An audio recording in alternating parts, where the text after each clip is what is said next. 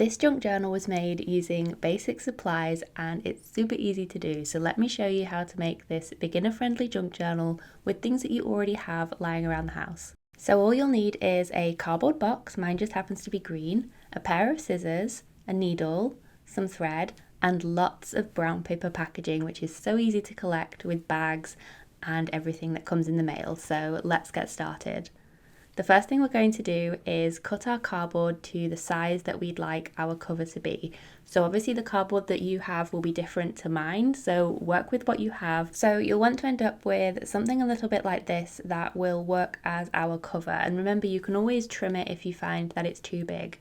Now I'm going to measure out where I want to put the folds for the front cover and the back cover.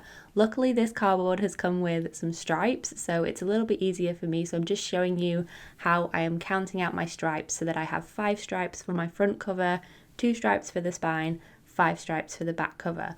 Obviously your cardboard might not have stripes on it, so you might need to do a little bit of measuring to work out where you have the front cover is the same as the back cover, and then leaving room for the spine. But don't worry, I'm going to be showing you the measurements of how big this cover turns out in the end so you can see the proportions.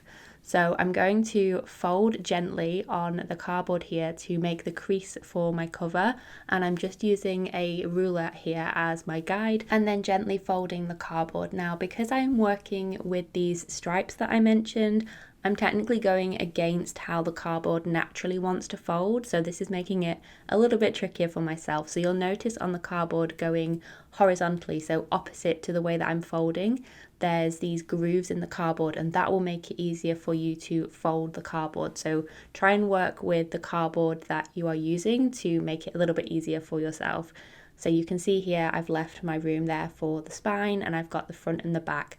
And like I mentioned before, you can always make this smaller. So I decided that the journal was too tall and I wanted to trim it to size. So now is the time to make your decisions on how big you want your journal to be before we start binding it and adding the pages. You want to make sure you're happy with how the cover is looking and the size of it. So just take a moment just to check it over and check that you are happy with the cover, and then we can get started with the pages. And as promised, I'm going to give you the dimensions of this journal so you can use it as a bit of a guide. But of course your journal is going to be different to mine depending on the cardboard you have, and you can scale this up or down depending on how big you want your journal to be. And if you have watched my videos before, you may be surprised to learn that yes, I do own a ruler. So it's 19.5 times 13 centimeters and the spine is 5 centimeters. Okay, now it's time for the fun part. We're going to take all of this brown paper and we're going to turn it into crinkly pages for our junk journal. So you can use any type of brown paper for this, packaging, paper bags, anything that you find, and it doesn't matter, like you can see, if it is ripped or torn or wrinkled. We're gonna take the bits that are salvageable, so I'm just ripping off any parts that are torn. You could use them if you really want to, there's nothing wrong with them, but I'm just gonna show you how to make a full page. So all I'm gonna do is take off this piece here, and I'm gonna use my cover as a guide because I want my pages to be slightly smaller than the cover itself so that there is no overhang on the pages. Now of course, because I did take the measurements, I could just subtract 1/2 centimeter at the top and at the side to make these pages smaller, but I am so used to just eyeballing things that I completely forgot that I took the measurements. So I'm just going to show you the true Meg method of how I would make my pages, which is literally just to hold up the papers to the cover and just have a go at eyeballing, because the thing about junk journaling is that we really don't have to be perfect around here. So I'm just showing you here how I'm holding up this piece of paper just to check that it doesn't overhang at the top, the bottom or the side of the cover. And then once I have this, I did jot down the measurements for you just as reference in case you wanted to use this again as a guide. So when folded in half, my pages are around about 19 centimeters by 12.5 centimeters. So as you can see, I've lost 1/2 centimeter there in height and also in width to allow for the pages. So once I have my guide, I tend to use the first page that I cut out as my template. So as I'm creating more pages with all of the different brown paper, I just like to hold it up and use it as a guide, as you can see here. So it just gives me a rough estimate of how big I want the pages to be. And you can see there I'm using pages that have some torn corners and things like that.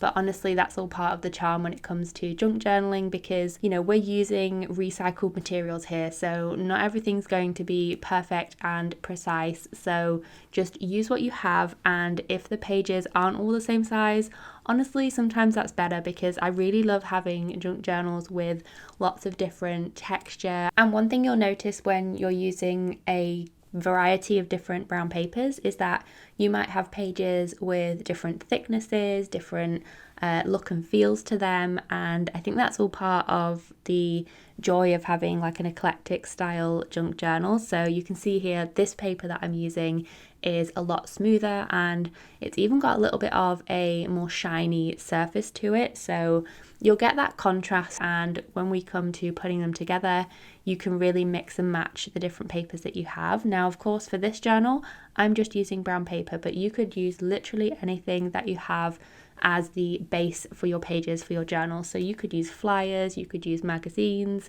you could use old book pages. Here I'm just using a paper bag, so you can see I'm ripping it to create a flat surface to work with, because I don't typically use like the whole paper bag when I'm binding it into pages. So the bottom of a paper bag where it's folded, the paper can be a little bit thicker and trickier to work with, so I tend to avoid that and then just take the bits that I need for the pages. And as you can see, I'm literally just eyeballing and cutting the papers to size, so I didn't want anything to go to waste. So I even have some pages here that are slightly smaller than the other pages. I just checked that they were the right width for this journal, and you can see here I'm also using the paper as a guide to use the front and the back of the paper bag as well. You could use the handles if you wanted to, and I do have a video showing how I made a journal with just a paper bag and used the handles, but for this one I left the handles off. So now I have my pile of papers, and it's time to make our collections of papers ready to go into our journal. So I am just creating 3 piles of these papers here, and I think I roughly used about 10 or 11 pieces in each of these groups of papers, but like I said, if you're using different thicknesses of papers, it will depend. So for example, if you have thicker brown paper, you may need to use fewer sheets of paper per group so that you are able to bind them easily, and if you have thinner paper, then you can get away with a few more. So once you have your groups of papers, we're going to make them into signatures. So I'm going to tuck them inside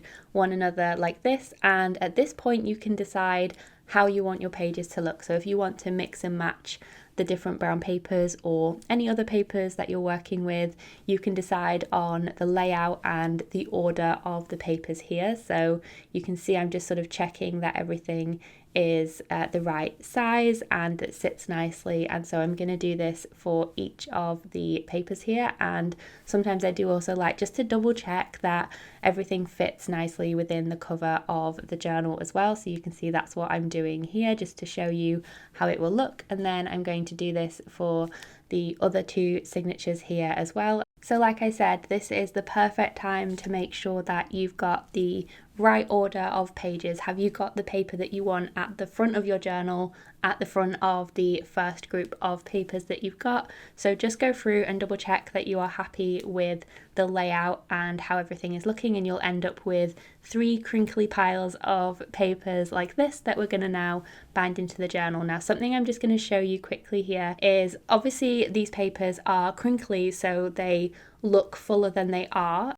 But you'll notice I've only done 3 signatures here, because if you put too many papers in, your journal will not have room to grow, and it will also put stress on the spine. So make sure that you can fold it like this and it goes into a triangle, which means that you then have room to actually add stuff to your journal. So now we're going to bind the papers into the cover itself. So we need our needle and thread. And I ended up choosing pink to go with this green cover. So the first thing we're going to do is draw on the guide of where we want to punch the holes. So you're going to want to split your spine into 3 sections going horizontally and the same vertically, so you can measure the middle and then measure the middle point of the left hand side and the right hand side. I am just using a pen for this because the cover is quite dark on the inside, but if you have some lighter cardboard, you might want to use a pencil just so that you don't see the lines as much, but sometimes it's helpful to make these guidelines so that when it comes to punching the holes, as you can see here, you just punch them where the lines connect, and that way then you have your guide ready to add your signatures to. So you're going to want to measure the same on the signatures on the papers that you're adding, and then for thread I tend to just measure out like 3 times the height of the papers. And then we're going to go in through the center hole here on the papers, and using the first set of punched holes, I'm going to go through the center hole here. Make sure that you leave some thread spare here so that it doesn't pull out on the other side.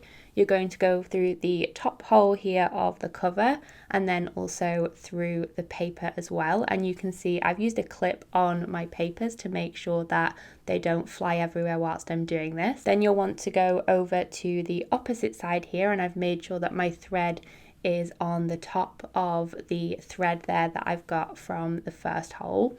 Then I'm going to thread through the remaining one here so that I have all 3 attached to my papers. And finally, we're going to go back through the first one that we used. And you'll always want to make sure that you are keeping things nice and taut so you don't end up with any loose thread that is accidentally in any place of this. And then we're going to go back through the center here, through the cover, and then also through the pages as well. And sometimes you might find that this part is a little bit fiddly, so you might need to go slowly and gently, but once you have the thread pulled through the center here, you'll want to make sure that each of your threads are on opposite sides of the thread going across the center, and make sure that you pull this nice and tight. So I tend to make sure that the back has no loops or tangles, and you've got no tangles between the cover and the paper, and then you'll want to pull the thread tight. So I tend to pull it top to bottom just to make sure that it is nice and secure, and then we're going to tie just a couple of knots in this. And then I'm just going to trim off the excess thread, take off my clip, and then press down on the papers there just to make sure that they are nice and secure within the cover. And you can see there that is my first signature bound into the cover, so you can see there how it looks on the spine as well. And so all I'm going to do is repeat this process for the second and the third signatures, so using the second holes that we punched and then also the third ones as well, just doing the exact same method, making sure to always pull things nice and tight so we don't have any loose thread anywhere, and tying a knot in the center so that nothing unravels. And I just loved the way, as I was adding more papers to this journal, how chunky it looked with the brown paper because it was so crinkly, and I think that it will be a really great journal to work in. And of course, there are so many different ways that you can customize this basic format of a journal to suit however many pages or whatever materials you have. So that is how you make a really easy, super simple junk journal just with basic supplies. So I hope you enjoyed this tutorial. Subscribe if you want to see more junk journaling videos like this. Give this video a like if you enjoyed it, and I will see you in the next one.